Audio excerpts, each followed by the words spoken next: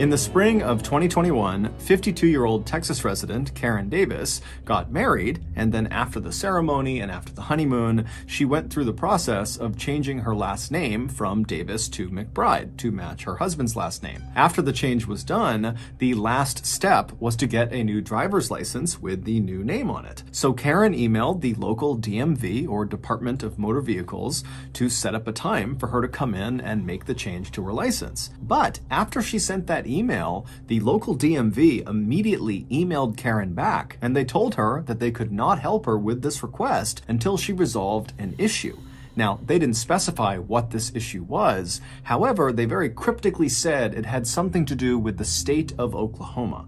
And then at the bottom of the email, there was just a phone number they told her she needed to call in order to resolve this issue. And so Karen's thinking, okay, that's pretty weird, but I did used to live in Oklahoma, so that probably has something to do with it. And so, not thinking much of it, she punched this number the DMV had given her into her phone, and then she let it ring. A few moments later, much to Karen's shock, a woman from the Norman, Oklahoma District Attorney's Office picked up the phone and said, "How can I help you?" Karen immediately assumed that the DMV must have made a mistake, that maybe they were trying to give Karen some other number in Oklahoma because this was an Oklahoma problem, and they had mistakenly given her the number to the DA's office. But since she had this woman on the phone, Karen told her, hey, I was just trying to get a new license in Texas. They told me there was some sort of issue. It had to do with me potentially living in Oklahoma. I don't know what it is, but this is the number they gave me. So I'm sure it's a mistake, but that's why I'm calling. The woman from the DA's office had no idea who Karen was, but after taking down Karen's information and looking on her computer, she discovered Karen's so-called Oklahoma problem. And after she explained to Karen what this enormous problem was, Karen literally couldn't believe it. But after this woman went over the details a few more times and really showed Karen that this Oklahoma problem was very, very real, suddenly everything in Karen's life made sense. For the last 22 years, Karen, who was incredibly smart and friendly and polite and never had a problem with anyone, had an incredibly hard time getting a job. Even jobs that she was extremely qualified for, she would get turned down for someone who was way less qualified. And then, in the rare times that Karen did actually get hired, she would always get fired for no reason. And so Karen never understood why she was being treated this way until now. It would turn out 22 years earlier, which is when Karen's hireability issues began, she lived in Norman, Oklahoma, which is where the DA's office was that she would end up calling 22 years later.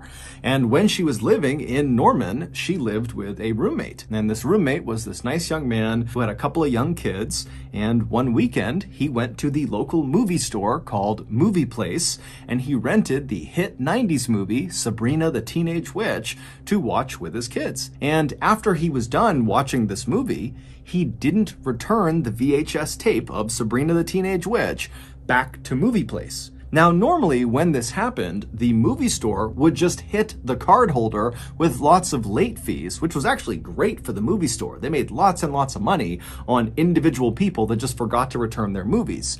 And if the card holder just continued to hold on to this delinquent movie, at some point the movie store would just hit them with a final fee that basically accounted for the total cost of the VHS tape that they had effectively stolen. And then at that point, the matter was resolved. The card holder owned the VHS tape, whether they knew it or not, and the movie store simply moved on. But in this case, Movie Place in Norman, Oklahoma didn't think that was enough. And when Sabrina the Teenage Witch was not returned in a timely fashion, they pressed charges against the card holder. And the card holder was Karen Davis. The roommate had just borrowed her card. And somehow, these charges against Karen were never brought up to Karen. She was never contacted by anyone, and so for 22 years, she was technically a wanted felon, meaning every time one of her employers, either during the interview process or after she was hired, when they would run a criminal background check on her, it would pop up she was wanted for felony embezzlement. And so this was the reason she kept not getting jobs and kept getting fired from jobs. Since discovering these charges, Karen worked with the Norman, Oklahoma DA's office and got these charges dismissed.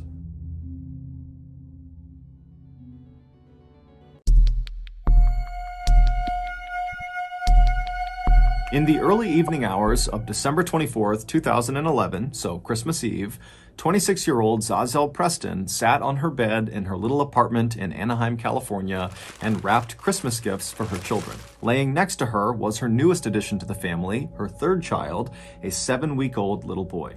This Christmas was a big deal for Zazel. It was also a big deal for her husband, 30-year-old William Wallace, not only because it was going to be the first Christmas with their new son, but also because this was the first Christmas after Zazel and William had reconciled their relationship. They had been married for the past 3 years, but over those 3 years, their relationship had been very unhealthy and toxic and at times abusive. But earlier that year, when Zazel had discovered that she was pregnant, this baby became kind of like a new anchor point for their relationship. It was like suddenly they could put their differences aside and just focus on raising their kids together. After wrapping her final present, Zazel hopped off the bed, she scooped up her little boy, and then she headed out into the living room where she met up with her husband and her 2 older children, who were little girls aged 3 and 8, and then they all headed outside and went next door to celebrate Christmas Eve at a party with their neighbors.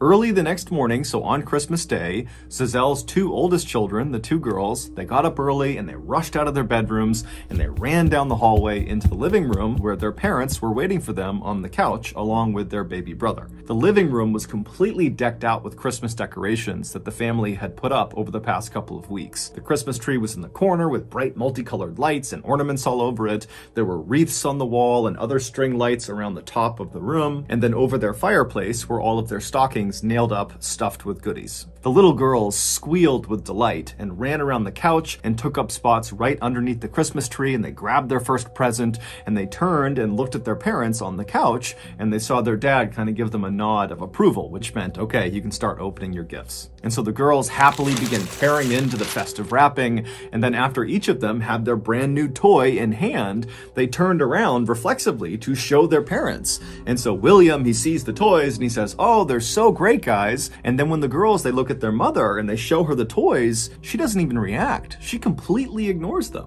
And so at some point, these little kids, they start yelling for their mom, "Hey mom, check it out, look at this new toy." But Zazel just sits there. She doesn't say a word. She's just sitting back on the couch, completely ignoring them. Finally, the 8-year-old turns to William and says, "What's wrong with mommy?" And at this point, William pauses and then he gives Zazel a scathing look before very bluntly saying to these young kids, "Mommy got drunk, and now she's ruined Christmas." The girls knew from William's tone of voice that their parents must be fighting, and so they did what they normally did when this happened, and that was to just try to ignore it. And so the little girls, they turned away from their parents and began opening more presents, doing their best not to disturb their parents, who were sitting silently behind them. And then, a little after 9 a.m., after most of the presents had been opened, William abruptly stood up and walked into the other room and placed a phone call. And then, a few minutes later, there was a loud knock on the front door. The night before, after Zazel and William and their kids had left their neighbor's party and come back to their apartment, Zazel and William had gotten into a vicious fight.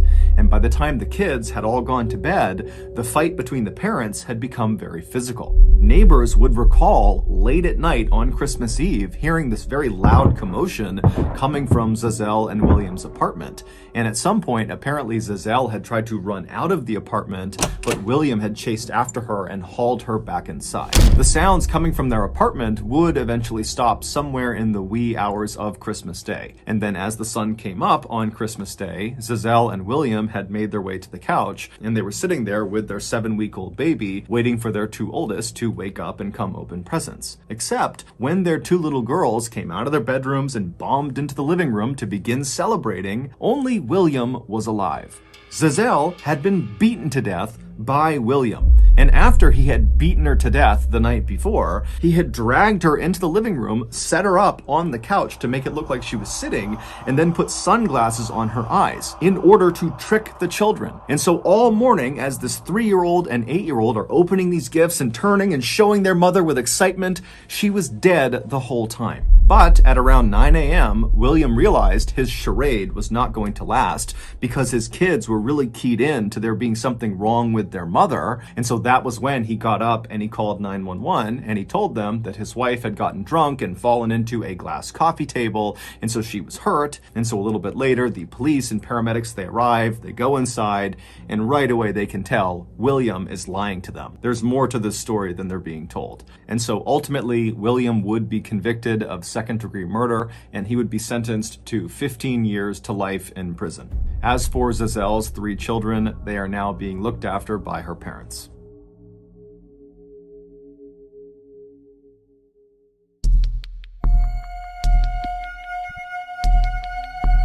In August of 2015, 16-year-old Nacy Perez suddenly woke up in the middle of the night. As she lay there scanning around the dark, tiny room that she was in, it dawned on her that the most likely reason she had just woken up is because she really needed to use the bathroom. And so she climbed out of her bed and she began carefully walking across the room where her other relatives were sleeping on the floor as she moved towards the back of the house. Nacy lived in a town called La Entrada, which is located in one of the poorest and most dangerous countries in the world, Honduras. But despite the harshness of her reality, Nacy was pretty happy. She had recently married the boy she was in love with. His name was Rudy, and the two of them were both very excited about their first child, which was due in a matter of months. So Nacy reached the back of her house, she pushed open the back door, and she stepped out into the hot night air, and then she made the familiar walk across her backyard toward the outhouse. But Nacy would never reach the outhouse. The next morning, Nacy's mother woke up first. Her name was Maria, and as she passed by the back door, she looked outside and she saw Nacy lying on the ground. And so Maria, she screams, she runs outside to her daughter, and she flips her over and she's looking at her, and Nacy is unresponsive and she's foaming at the mouth. Now, they're in a part of the world where healthcare was not top-notch, not even close. And Honduras is known for being an extremely religious part of the world. And so Maria did not think, oh, I should send my daughter to the hospital or I should call a doctor.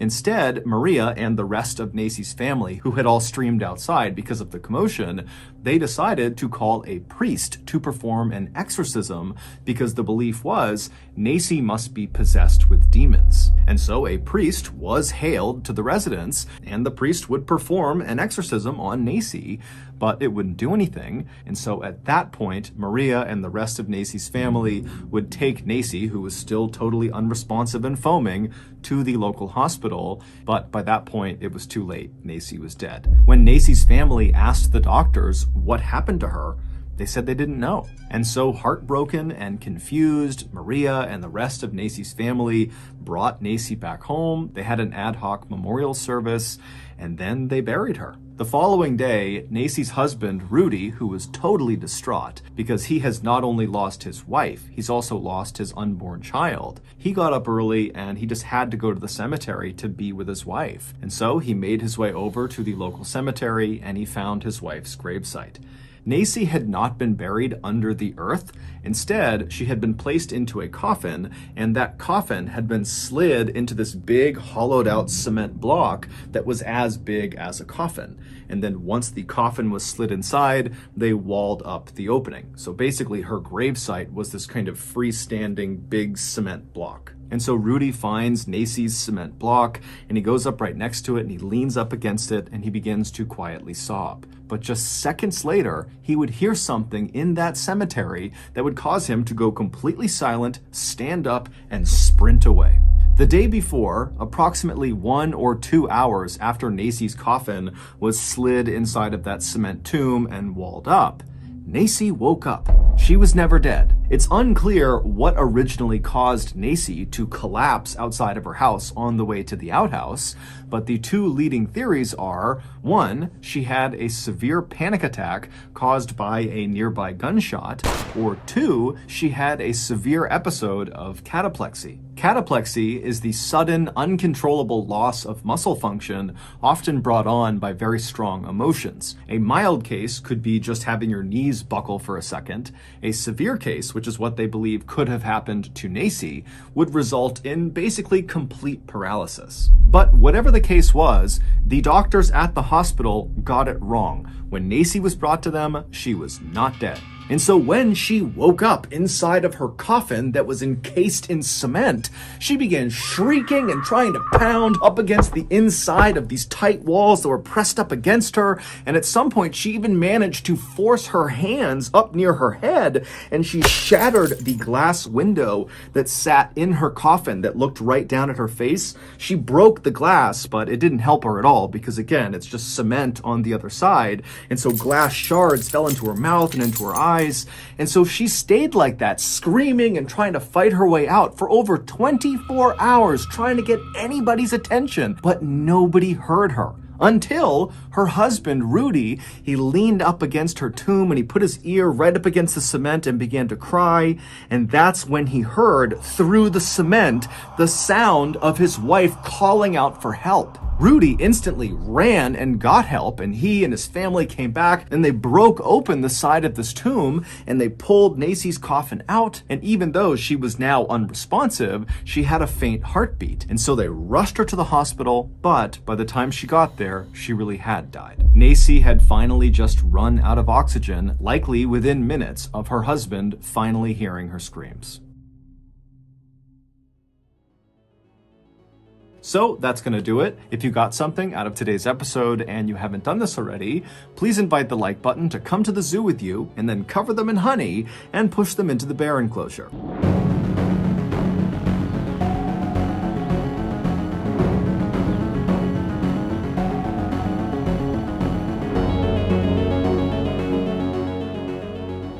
In 2018, James and Brittany Campbell jetted off to the very famous Little Vegas Chapel, which is located just off the Las Vegas, Nevada Strip, and they got married by a man dressed up as Elvis Presley while the couple stood in front of a pink Cadillac. While their wedding was certainly not traditional by Western standards, it somehow seemed fitting for the newlyweds. After all, they were not a traditional couple. Brittany, who was 36 years old, was extremely energetic and outgoing and bubbly, and she even referred to herself as being a little crazy. As for James, who was 35 years old, he was reserved and quiet and kind of analytical and would rarely act on impulse. And on top of these two just being complete and total polar opposites, they had actually dated previously back in high school, and it had not worked out. They had broken up and gone their separate ways, not expecting to see each other again. But nearly 2 decades later, they randomly reconnected, and this time they had something major in common. James was a single father of 2 young boys,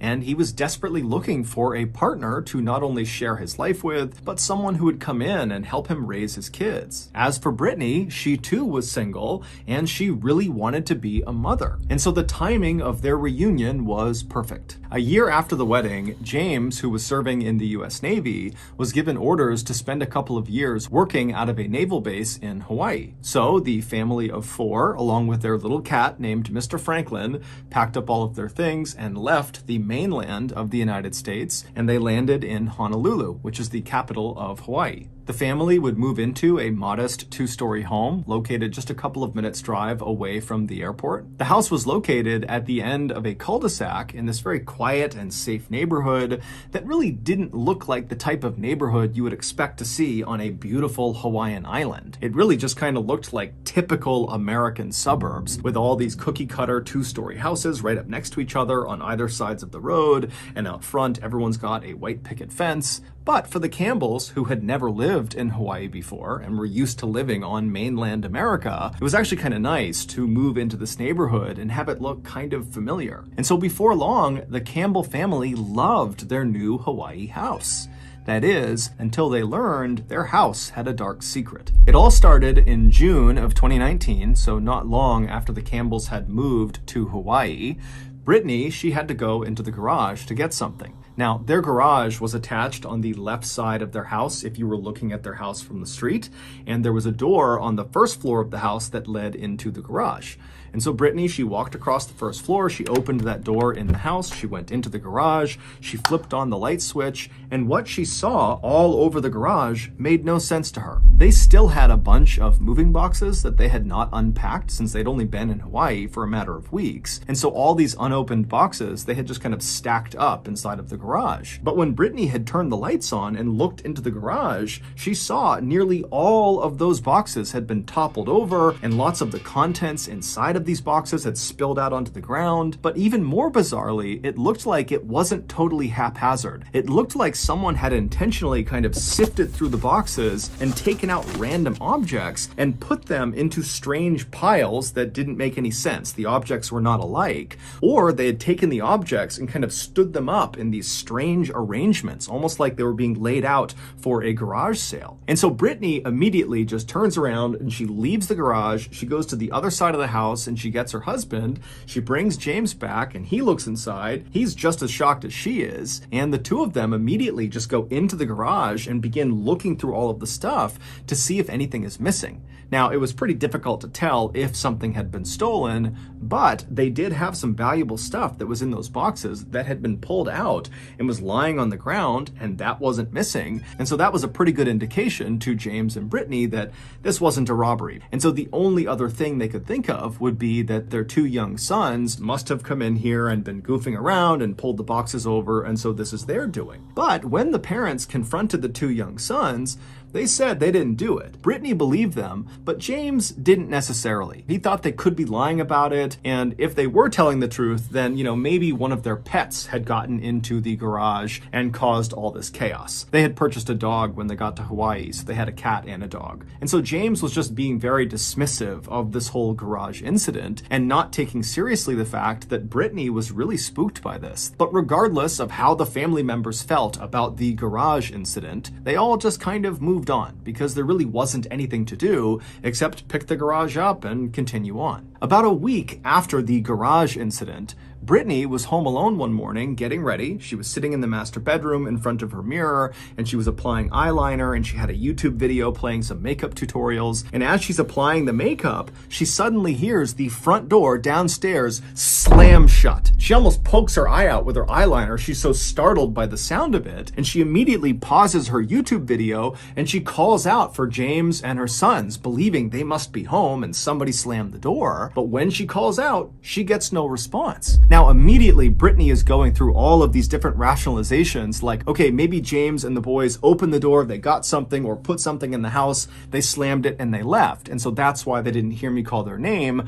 But she couldn't help but feel like something was wrong. She's also thinking about the garage incident, which really never left her. She pretended like she had moved on, but really she hadn't. And so she stands up and she begins walking towards the open door that led out into the hallway. And then from the master bedroom, if you were looking out into the second floor hallway, it basically went straight across to another door. That was her son's bedroom. And in between these two doors, basically halfway down the second floor hallway, to the left was a flight of stairs that went straight down to the first floor. And when you reached the bottom of those steps, right in front of you would be the front door, the door that had slammed. And so Brittany reaches the threshold of the master bedroom. She's looking out into the second floor hallway. She doesn't see anyone. And so she yells out again for James and for her sons, but again, there's silence. And so she takes a deep breath and she begins walking down the second floor hallway, and she makes it halfway. She turns left and she gets onto the stairs. And as she's walking down these steps, the house is eerily quiet and she's got this growing sense of dread inside of her, and she's kind of quietly calling out for James and her sons, but it's totally quiet. And she gets to the foot of the stairs. She kind of scans around her. She doesn't see anyone. And then she walks to the front door. She flings it open, expecting, hoping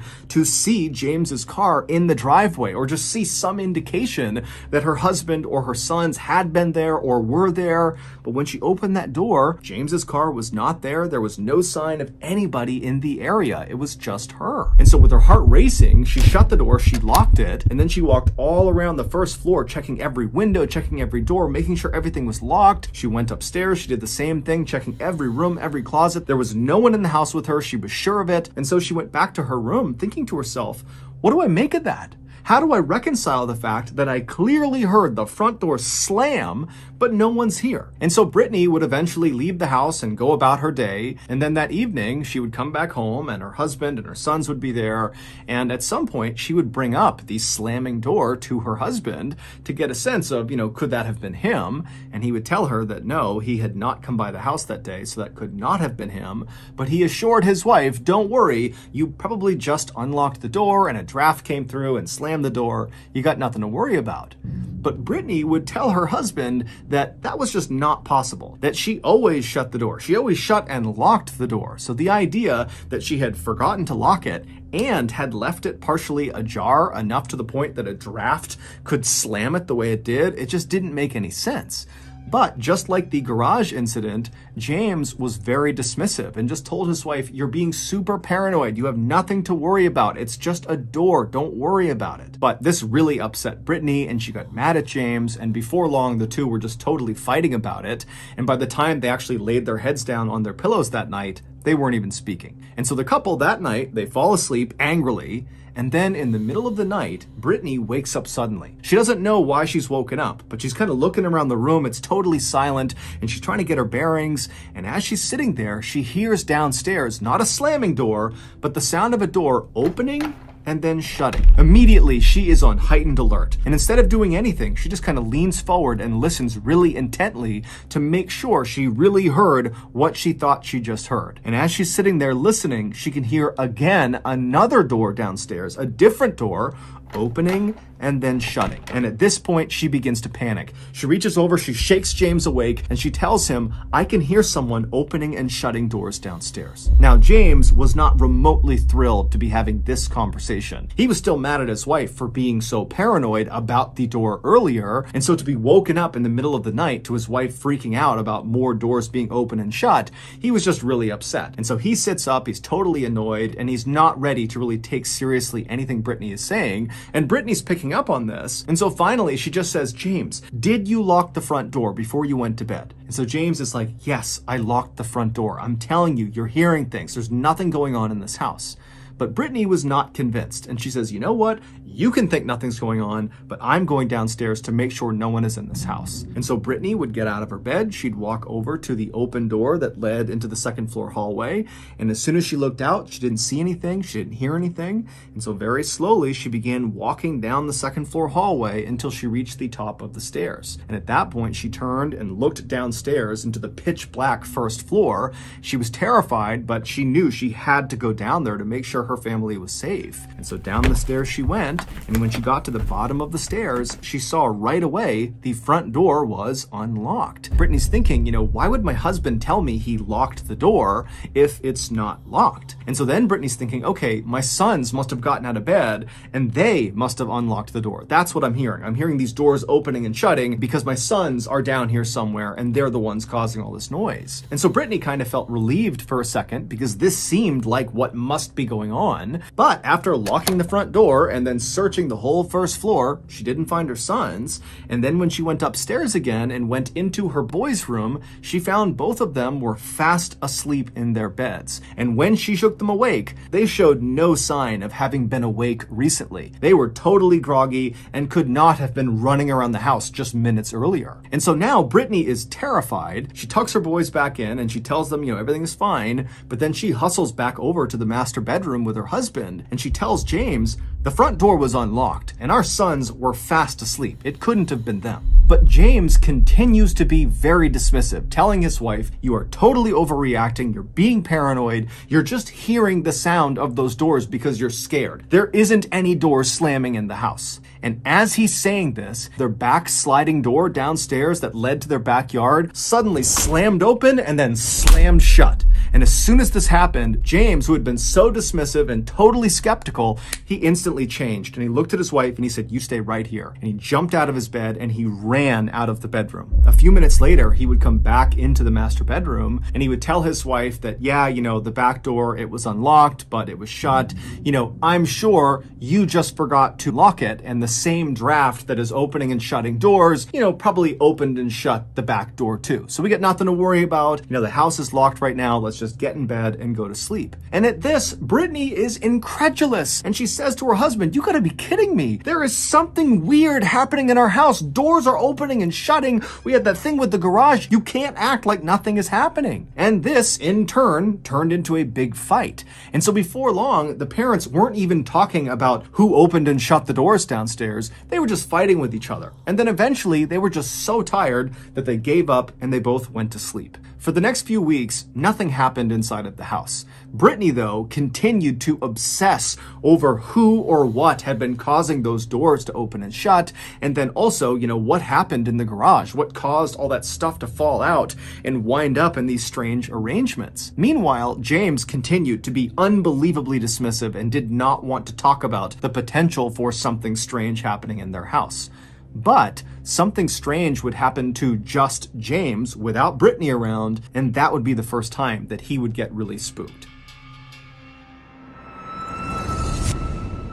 It was a couple of weeks after the nighttime door slamming incident, and James, he was alone at his house. It's the middle of the day, and he decided he would just play the piano. And so he moved to his piano in the living room, which is on the first floor. He sat down and he began playing.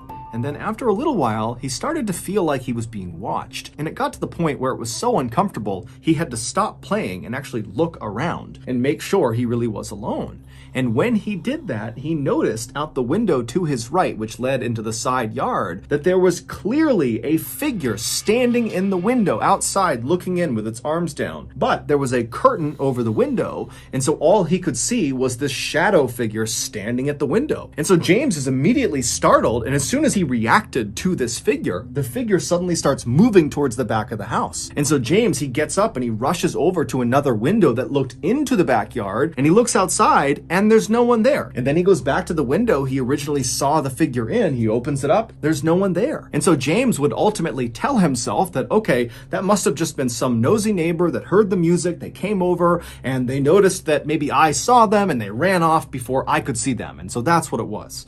But deep down, what he saw in the window really shook him up. However, it would be the blanket incident that would finally push James to go from being dismissive and skeptical to admitting to his wife, we got a problem. It was not long after James spotted that dark figure outside of the window when he and his wife and his two kids decided they would head out to a movie theater to catch a movie. And so as they're getting ready to go, Brittany would say that she wanted to bring along a particular blanket that the whole family loved to use when they were sitting on the couch. She was going to bring that blanket with her to the movie theater to kind of cuddle up under for the movie. And so she would make her way into the living room and she would see the blanket was missing. It was not on the couch where it normally was. And so she would ask her husband and her sons if they had any idea where it was, and they would say, no, we haven't touched it. She would look all over the place, under the couch, in the living room. She went upstairs. She couldn't find it. And so finally, they just left without the blanket. But when they came back that evening, there on the couch, folded up neatly, was this blanket. Everybody knew that blanket had not been there when they left. So how did it get there? For the next few weeks, the parents did their best to put on a brave face and tell their kids that everything was okay, but the parents and the kids were all terrified to be in that house. And that's because at night, the doors continued to open and shut. Their dog periodically would just start barking in the middle of the night for no apparent reason, and they would all get this awful sense that they were being watched all the time in their house. And so finally, by September of that year, the parents decided, we just have to get out of this house. We cannot be here. We need to take a break. And so they packed up their stuff and they flew to mainland America, where they stayed with some family for a week. On September 20th, they hopped back on a plane and they flew back to Honolulu. And as they're driving from the airport to their house, Brittany and James were just kind of secretly hoping that, whatever weirdness was happening in their house would just magically stop once they returned. But as soon as James turned onto their street and they could see their house, they knew that was not going to be the case. Because as they began driving up their road, they could see James's very nice road bike was laying on their driveway. And so Brittany, she turned to her husband, and even though she knew the answer, she said, James, were you riding your bike before we left? And James, who doesn't even look at his wife, just shakes his head. No, he wasn't. And so James drives all the way down the road. He turns into their driveway, which is lined up right with the front of the garage door. And after James parks the car, he hits the garage door opener button. And so as James is sitting in the driver's seat, Brittany's right next to him, the kids are in back. They're watching as this door is raising right in front of them. And as soon as they can see into the garage, they see everything in their garage has just been completely trashed. Things are not just dumped out, but things have been ripped apart and shredded as if a wild animal had been let loose inside of the garage. James immediately said to his wife, "We've been robbed," and then he hopped out of the car and then turned and told his kids, "You stay in the car, do not get out." And James, he went over to the side of the house and got a sledgehammer for protection and made his way to the front door. Meanwhile, Brittany would be on the phone with 911 to report that someone had broken into their house. A few minutes later, James was inside of his house and he saw the entirety of his house was just like the garage. It had been completely ripped to shreds. But amidst the chaos were those kind of strange piles of random objects, much like they had seen in that first garage incident where the things inside of the boxes had been stacked in kind of strange piles and arrangements. And so James is looking around his first floor and he's seeing stacks of coasters and books and electronics. But what really got James's attention was that on various surfaces, there were these medical vials of drugs or chemicals that were placed all over the place. And he knew that was not his family's. Someone had brought those vials into this house. James would make his way up the stairs to the second floor landing, and right away he could tell, the upstairs had all the hallmarks of being destroyed as much as the first floor.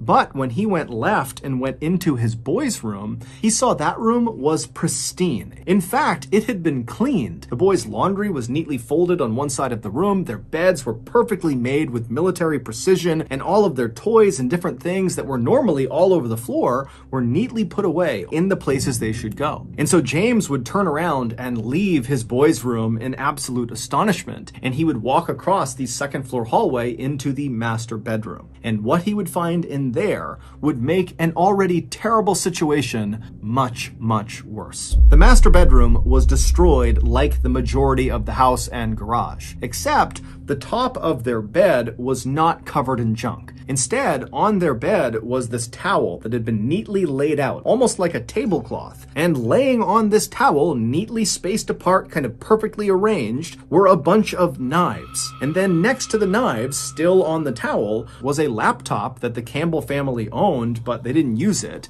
It did work, but it just kind of sat in the master bedroom. And this laptop was sitting on this towel, and it was open, but the screen had turned off.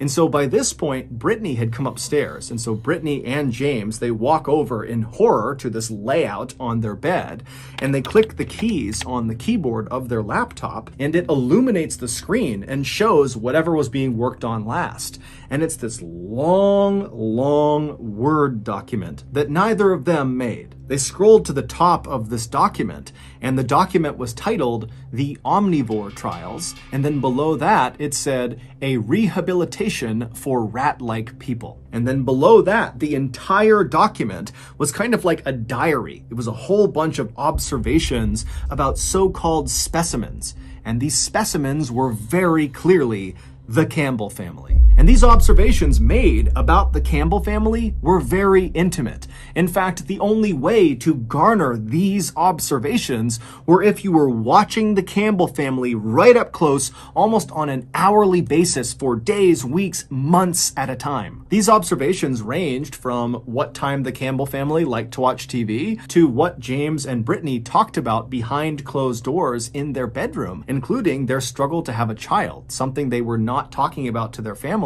But in this document, the author of the Omnivore Trials would talk about how the creature, which was referencing Brittany, needed to stop trying to have another baby and instead focus on the children she already had. Toward the end of this really lengthy document, the author of the Omnivore Trials came to a shocking conclusion that in order to rehabilitate these rat-like people, the Campbells, the author would have to perform several surgeries on the specimens. These surgeries were hand amputations and gender reassignment surgeries. And then after this conclusion, there was another note that detailed all the different surgeon tools the author would need to perform these surgeries, as well as a list of drugs and chemicals they would need in order to sedate these specimens before they performed these surgeries. And so after James and Brittany see this, they realize that those knives laying out on the towel were for them. Those were the knives that were going to be used for the surgeries. And all those weird vials, those medical vials they saw all downstairs, those were likely the drugs that would be used to sedate them so they could go under the knife. 15 minutes before James and Brittany went into their house and discovered the knives and the medical vials and the laptop, James grabbed that sledgehammer and walked to the front door while his wife called 911. And so James, he gets to the front door, he puts his key into the lock, he unlocks it, and with the sledgehammer in one hand, he attempts to push the door open. But despite the door being unlocked, he can't open it. There's resistance behind the door. And so James kind of gets down and he presses as hard as he can into the door with his shoulder until finally it opens up just a crack and James can see into the house. And so James, as he's pressing the door barely open, he's staring into this crack, trying to make out what's going on inside of his house. And then suddenly a set of eyes meet his from behind the door. And before James can do anything, this man that is standing inside of his house says to James, "This is not your house," and then proceeds to push the door shut on James. James, in an adrenaline-fueled fury, smashed the door open, grabbed this guy, and yanked him out of the house and threw him onto the front yard. And then James, with his sledgehammer, would stand in front of this guy between him and his kids and his wife, and he would say, "If you go anywhere, I'm going to have to attack you with this." But the intruder, this guy, whose name was Ezekiel Zayas, he was a 23-year-old young man, he would just stand on the Campbell's property, staring directly at James, unblinking. And then, a couple of minutes later, the police would show up, and Ezekiel would not put up any fight. He would be arrested, and he would be taken away. It was after he was gone that James and his wife would actually go into their house, and they would see the state it was in, and they would go upstairs, and they would discover the knives and the laptop. It would turn out, months earlier, Ezekiel had apparently found a way to sneak in and out of the Campbell's property. And so around the time they had moved in, Ezekiel was living there as well. He was mostly living in the crawl space above the second floor bathroom. And then whenever he was able to, Ezekiel would climb down out of this crawl space and he would go and observe the Campbells. And this was not just at night. Based on some of the observations inside of Ezekiel's Omnivore Trials document, clearly he was watching the family in the middle of the day too. Also, based on these observations in this document, it was pretty clear that Ezekiel was getting ready to actually carry out these surgeries on the Campbell family, meaning the Campbells' decision to go on vacation when they did could very well have saved their lives. And if there was any question as to whether Ezekiel could have actually carried out that level of physical harm on another human being by carrying out those surgeries, well, after he was arrested for what he did to the Campbells, while he was in jail, he beat his cellmate to death. Allegedly, although a guard literally walked in and saw Ezekiel punching and kicking and beating this guy, and then he died. But technically the trial is not over, so it's allegedly. Ezekiel is currently in a state hospital, and they are trying to determine if he is fit to stand trial for what he did to the Campbells and for what he did to his cellmate. Even though it might be self-explanatory at this point in the video, it's worth pointing out that we have no idea what Ezekiel's motives were for why he did the things he did to the Campbell family, or what he was looking to achieve with the so-called Omnivore Trials. We also don't know why he allegedly killed his cellmate. As for the Campbells, this whole experience was so traumatic that they did not stay at their Hawaii house. They moved, and as of today, their whereabouts are unknown. So that's going to do it. If you got something out of today's episode and you haven't done this already, when the like button calls your restaurant to place a long, complicated order for delivery, wait until they're completely done to tell them they are out of your delivery range.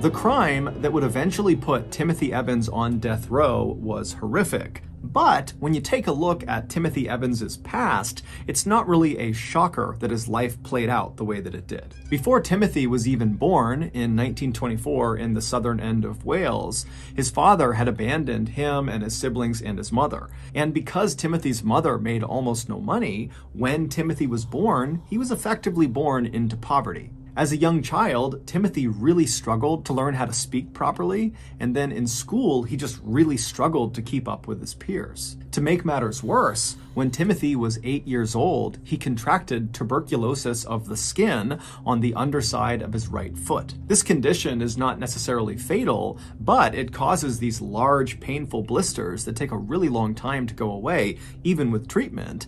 And because Timothy's outbreak was on the underside of his foot, it made walking nearly impossible. And so for a few years, starting when he was 8 years old and he was diagnosed with tuberculosis of the skin, Timothy had to miss huge chunks of his schooling to get medical treatment. And then other times he was missing school simply because he couldn't walk. And considering how poorly Timothy was already doing in school, these huge extended absences were totally catastrophic for his education. In fact, later in life, it would be determined that Timothy's IQ, which is a way to measure people's intelligence, was somewhere between 60 and 70, which is very low and put him in the range of having an intellectual disability. Not long after his tuberculosis of the skin diagnosis, Timothy would remain in school despite all of these absences and despite how difficult it was for him, but his real focus would shift from getting an education to trying to find work in order to help provide for his family, who were very poor. And Timothy was willing to do just about anything for money.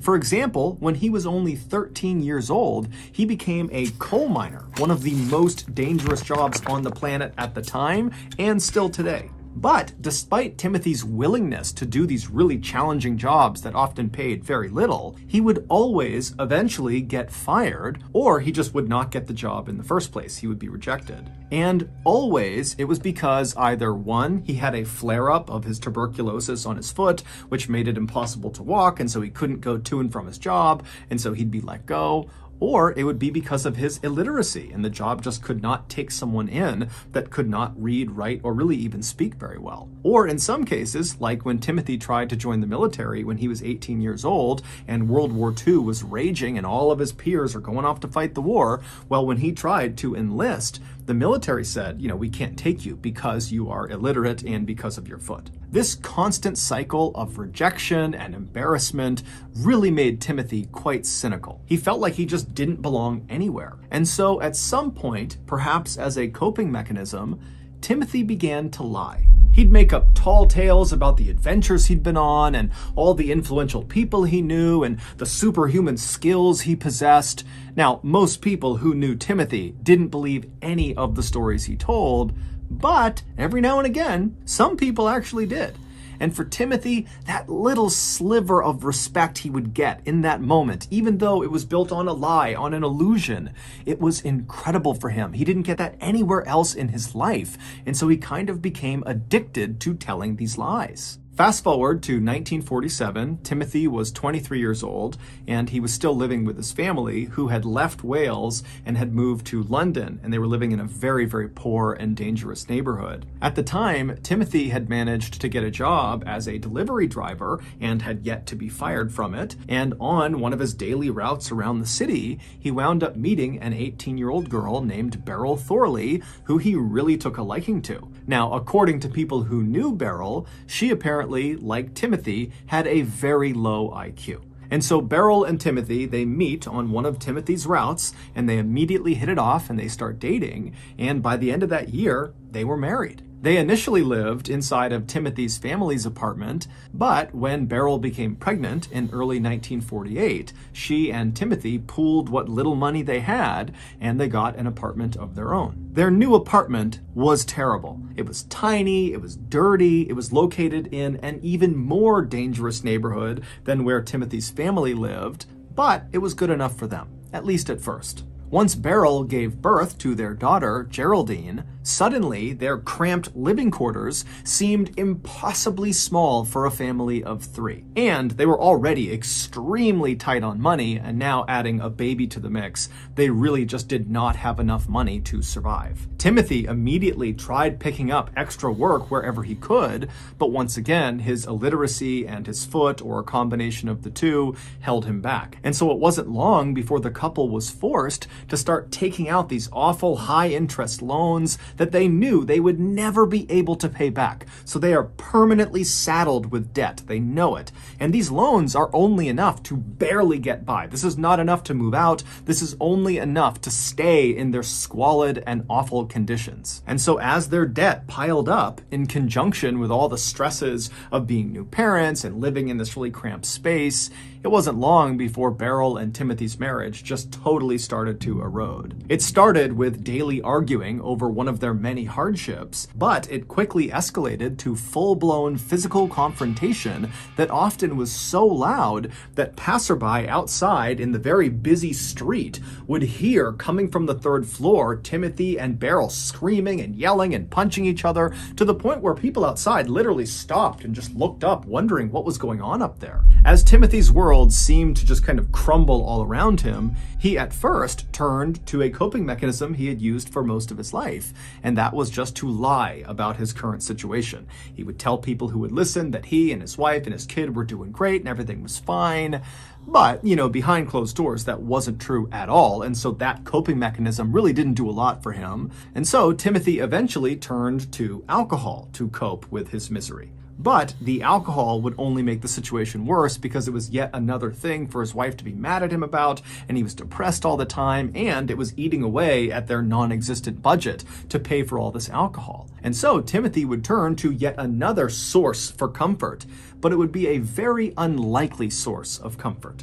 It would be his downstairs neighbor, John Christie. And the reason his downstairs neighbor was so unlikely was because John could not have been more different from Timothy. John was nearly double Timothy's age. He was incredibly smart, and he was respected not only by his peers, but really by the community. And that respect came from the fact that John had served during World War I and been right on the front lines, and had nearly been killed during a mustard gas attack when he was fighting in the trenches. And then after the war was over, John would come back to London, and he would become a police constable for quite a while, and then after retiring from the force, he became a post office clerk.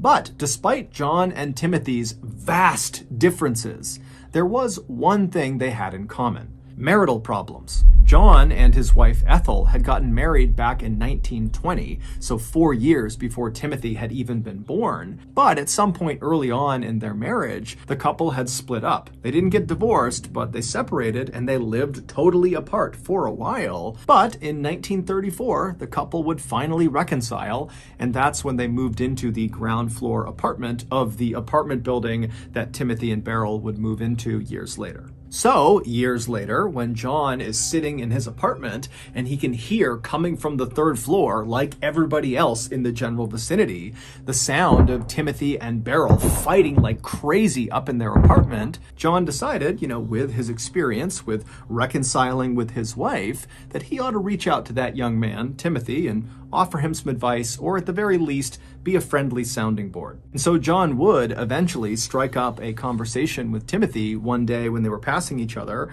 and Timothy was at a place in his life where he was looking for friends. He didn't have any friends. And so John, to come into his life at this point, was really good for Timothy, and so very quickly those two struck up a friendship. But this friendship was not really peer-to-peer. It was more like father to son or mentor to mentee, where Timothy really looked up to John. I mean, Timothy had never had a father in his life, and so John kind of became that. And John looked at Timothy with a lot of empathy. He could tell this was a man who was, not very bright, and he was in way over his head with debt, with this marriage, with parenthood, everything. And so John tried hard to kind of coach and guide Timothy as he navigated this very rough time in his life. And their relationship likely could have had a really positive effect, not only on just Timothy's mental health, but also perhaps on the state of Timothy and Beryl's marriage. But it was not long after John met Timothy that Timothy found out Beryl was pregnant with a second child. This was terrible news for Timothy. He knew they absolutely could not afford another child. As it was, they couldn't afford the current child they had. They couldn't afford anything. And in the United Kingdom, abortions were illegal, so there was no way to terminate this pregnancy. And so, totally desperate and terrified, Timothy turned to John for guidance. And John would later recall on the witness stand during Timothy's trial trial that, John did his best to try to console and comfort and tell Timothy that everything was going to be okay. You'll get another job. You'll take out another loan. It'll all work out. But, as John would say on the witness stand, his words didn't have any effect on Timothy. Timothy, by the time he came to John, was totally inconsolable, he was desperate, and he was unhinged. And so John started to suspect that Timothy might do something really drastic to make his troubles go away. And John would be correct. A few weeks later, on November 30th, 1949, a very disheveled-looking Timothy wandered into a local police station in Wales, not far from where he had grown up, and he would confess to the police that he had killed his wife. He would tell the police that he had given Beryl a poison that was apparently designed to abort her fetus, but this poison was too strong and it had killed Beryl. And then after she was dead, Timothy said he panicked, and so he took her body and he dumped her down the sewer that was outside of their apartment building. And then he arranged for his daughter, Geraldine, to go stay with some people in London while Timothy fled to Wales. But after getting to Wales, Timothy said his guilty conscience was just too much, and so he turned himself in. The police immediately arrested Timothy and they brought him back to London. And then once he was in a cell in London, London detectives went out to Timothy's apartment building and they went to the manhole cover that led down into the sewer that was right outside of the apartment building, and right away they noticed something odd. They were not able to get the lid off of the sewer. It was just too heavy. It would move, but one man couldn't do it. And so after 3 police officers, they all got down, they were barely able to get this lid up and off of the top of the sewer. And then when they went down into the sewer, there was no body. There was nothing down there. And so when detectives went back to Timothy in the London jail cell and they confronted him with this revelation that, no, she's not in there, Timothy would kind of squirm a little bit, and then he would totally change his story. He would tell police that it was not he who gave Beryl this poison that ended up killing her.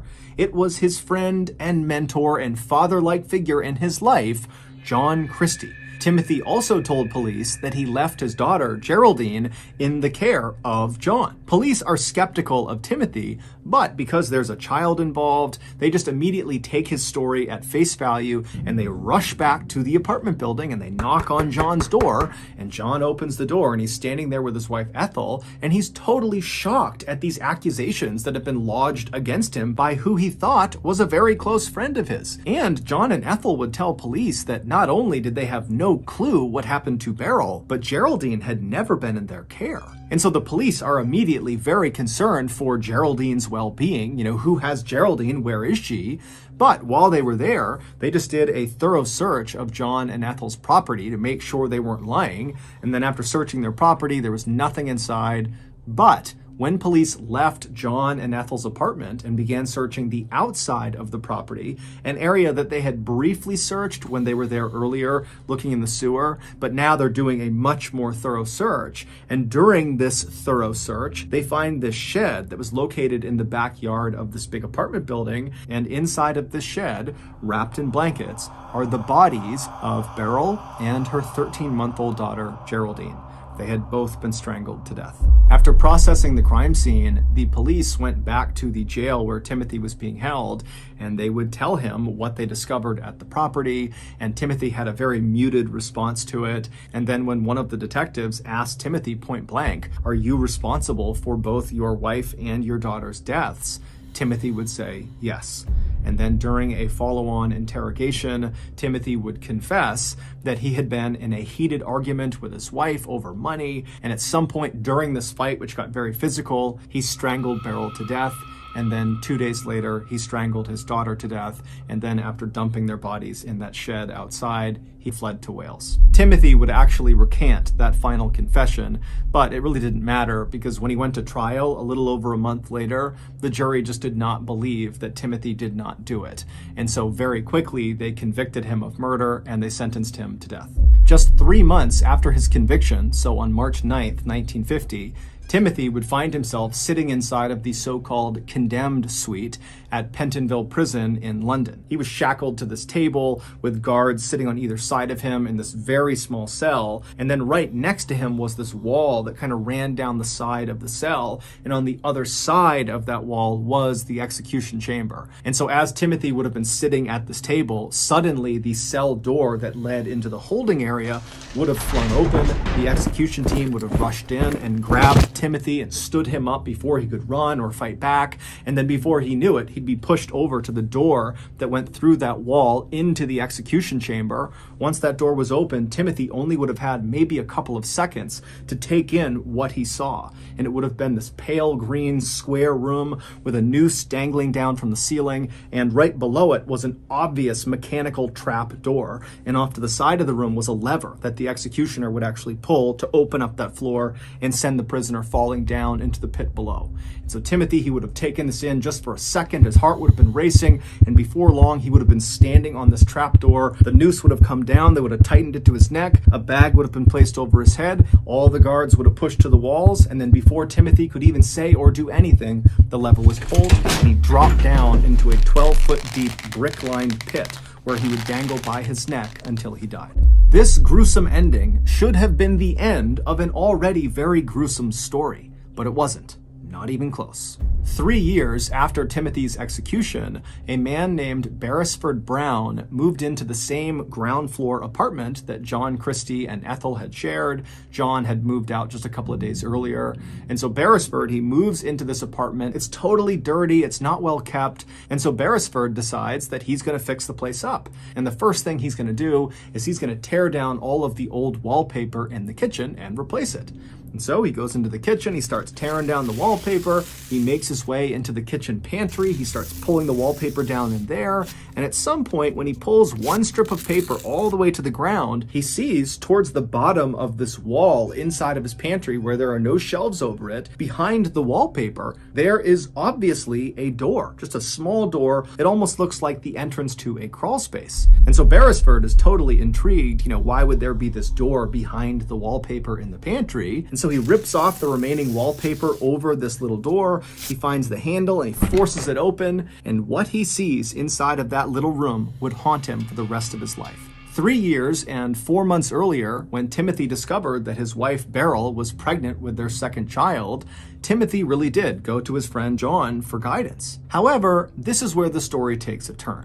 When Tim came to John, who was medically trained from his time in the military, he would tell Tim, hey, I can perform an abortion on Beryl if you want me to. Timothy immediately thought this was a great idea.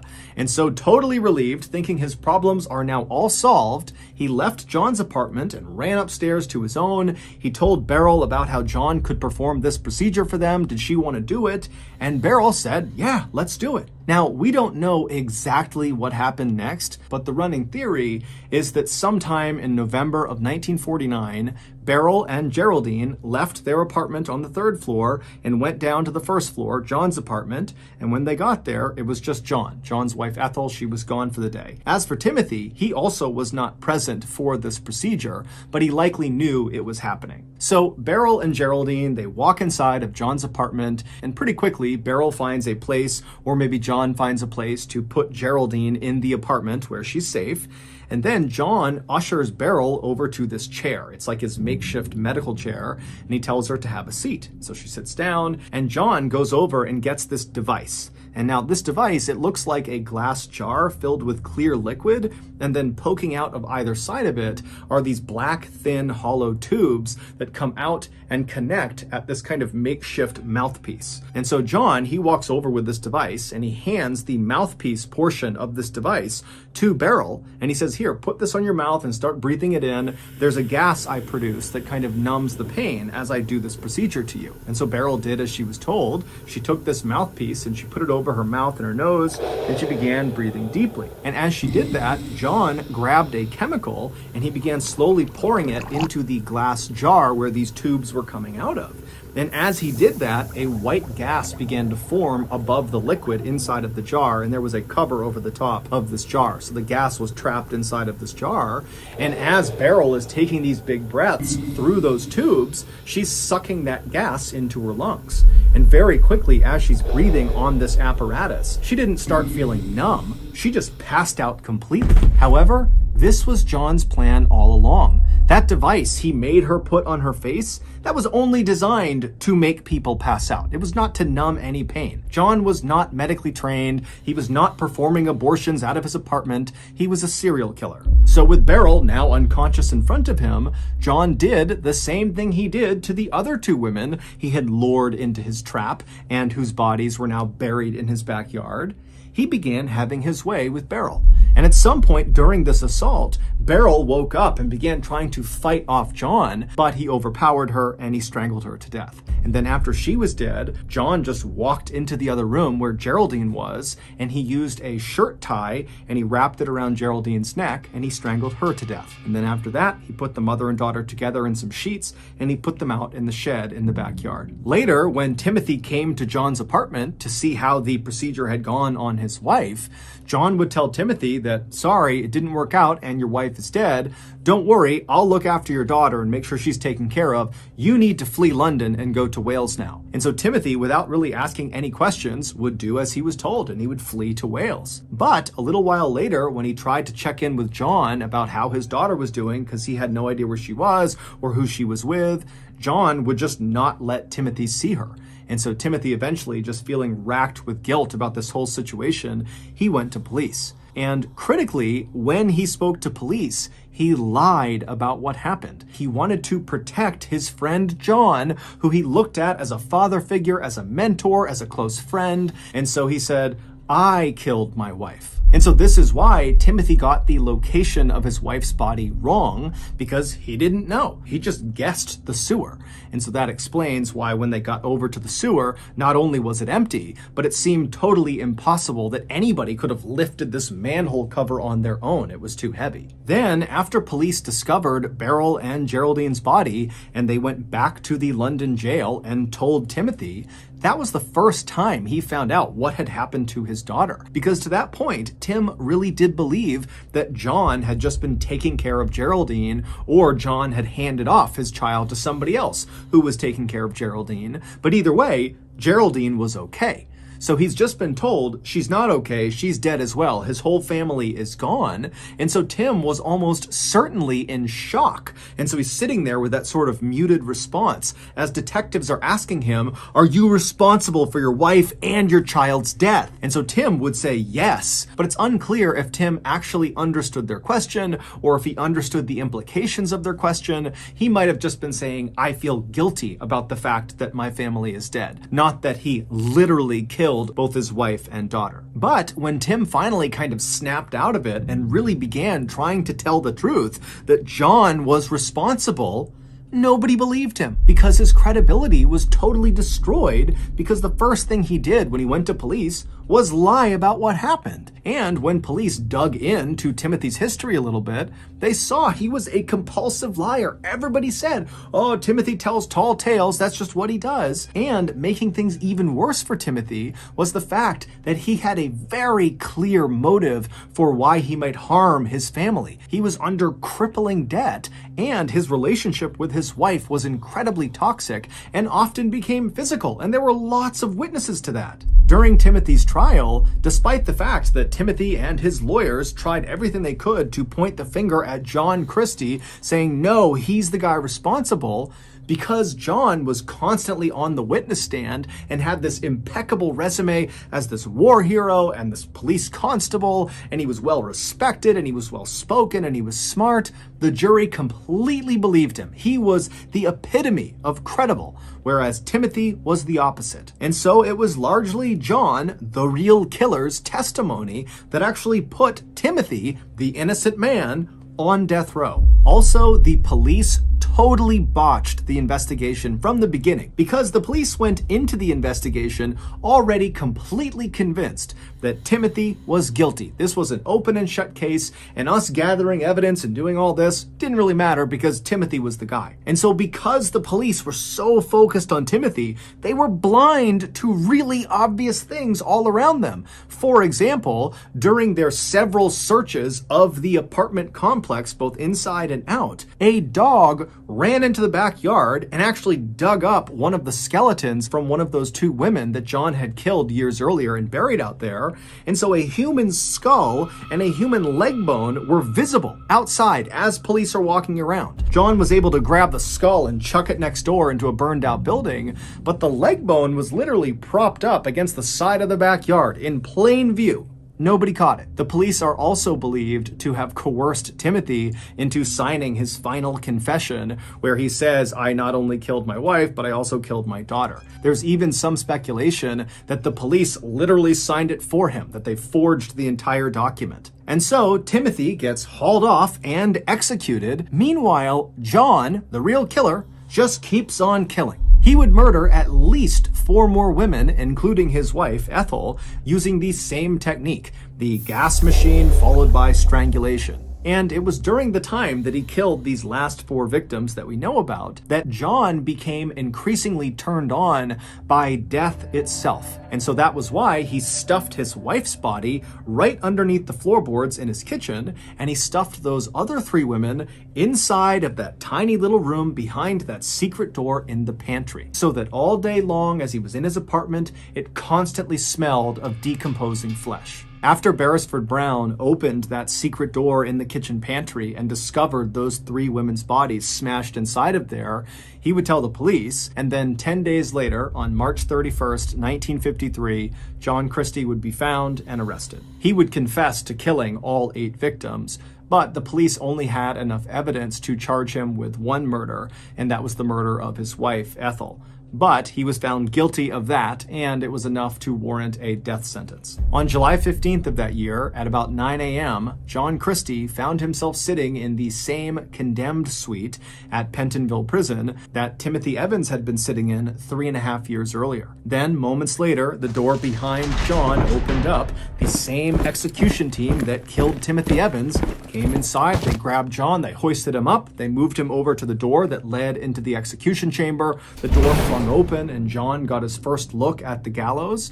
They rushed him over to the middle of the room. They pulled the noose down, tied it tight around his neck. They put the bag down over his head. All the guards stepped to the side. And then right as the executioner is about to pull down the lever, John, out of the blue, says, "Wait, my nose itches." To which the executioner just said, "It won't bother you for long." And then he pulled the switch. Due in large part to the massive injustice in this case, where an obviously innocent man was carted off and executed, the UK would suspend the death penalty in 1965, and then in 1969, they would abolish it entirely. Between those 2 dates, in 1966, Timothy would receive a posthumous pardon for the murder of his family, meaning he is officially an innocent man. So that's going to do it. If you got something out of today's episode and you haven't done this already, when the like button asks you to spray sunscreen on their back, gladly agree, but instead of sunscreen, use blue spray paint.